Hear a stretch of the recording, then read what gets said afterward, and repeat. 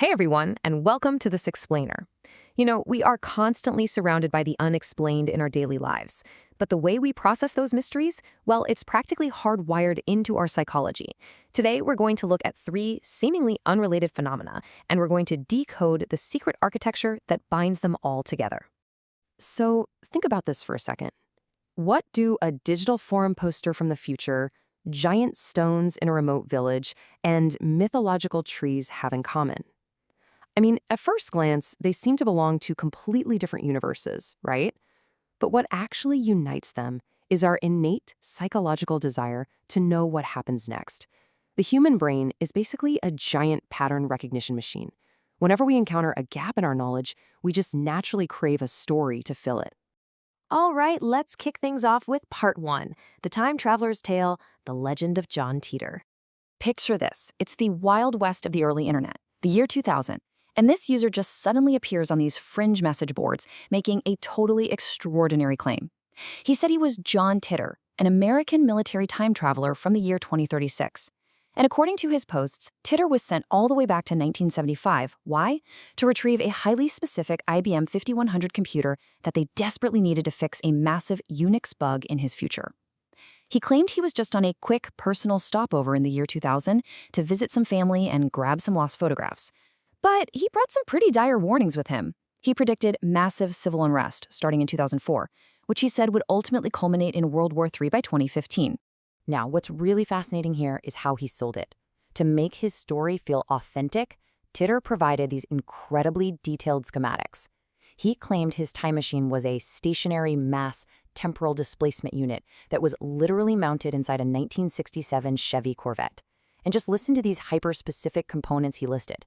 2 magnetic housing units, an electron injection manifold, a cooling and X-ray venting system, gravity sensors, and 4 main cesium clocks.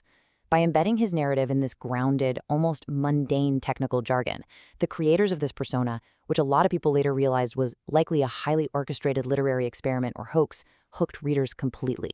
It wasn't just a fantasy, it was a carefully constructed narrative puzzle. Let's pivot for a second to part 2. Guardians of Ancient Mysteries, the Monoliths of Manipur. We're trading the digital world for the physical one here. Deep in the northern expanses of Manipur, India, in the Senapati district, lies the village of Wilong Kulin. And I want you to focus on the number 7.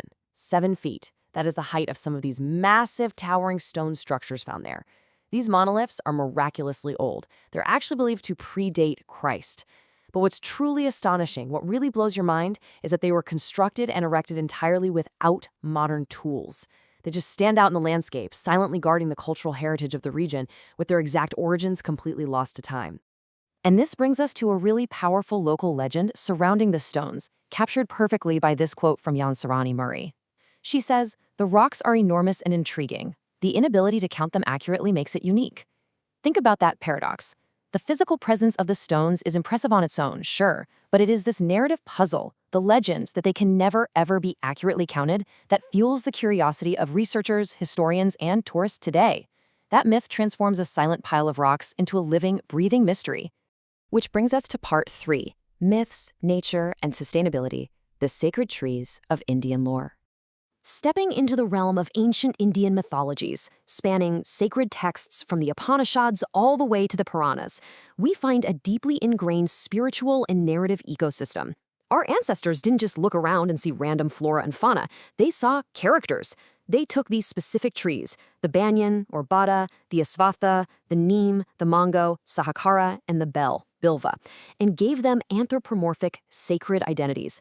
These weren't just resources for shade or fruit. They were natural deities totally embedded in local folktales. And why would they do this? Because embedding these trees into sacred stories was a highly conscious, incredibly effective approach to sustainability. Look at it this way. If a tree is a sacred character in a story you've been listening to since childhood, you're going to protect it.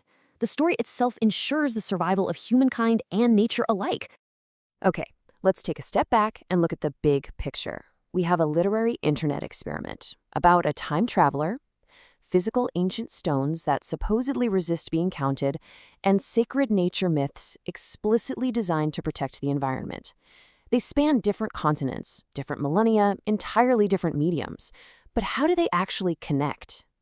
Well, I want you to consider that they all rely on the exact same underlying mechanism to survive in our collective memory.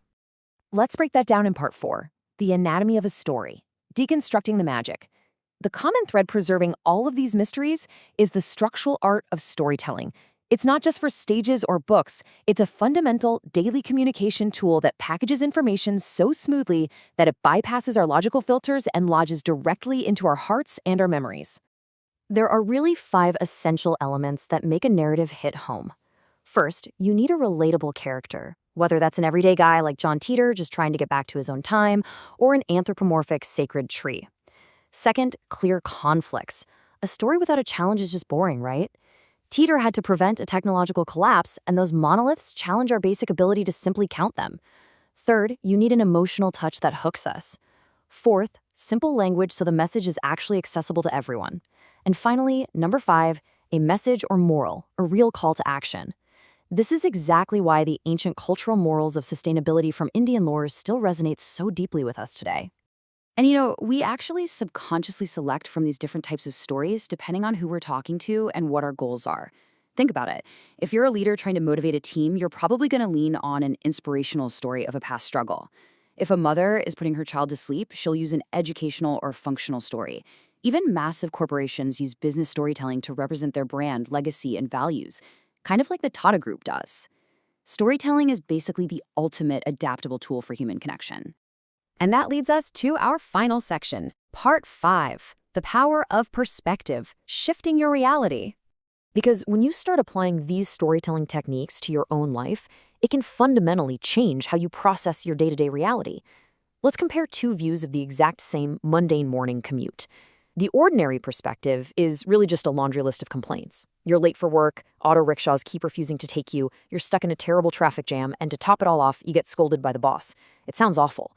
But look at the storyteller's perspective of that exact same morning. You notice the clock ticking at 9:15. You're building tension. You happen to notice a smiling driver next to you, or maybe a little girl weaving through traffic selling a vibrant drawing of a sun.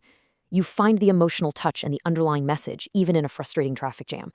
By actively choosing to frame the event this way, you transform a bad day into a powerful, uplifting lesson. Happiness, when you look at it in this context, is literally a narrative choice. So, I want to leave you with this final thought. We've seen how stories can build time travelers, how they can protect ancient monoliths, and how they can save sacred forests. But the single most important story is the one you are telling yourself right now. Challenge yourself to look at your own ordinary moments through the lens of a storyteller. Find those relatable characters, search for that emotional touch, and discover the ultimate message hidden in your daily grind. So, what do you say? How will you frame your own story today?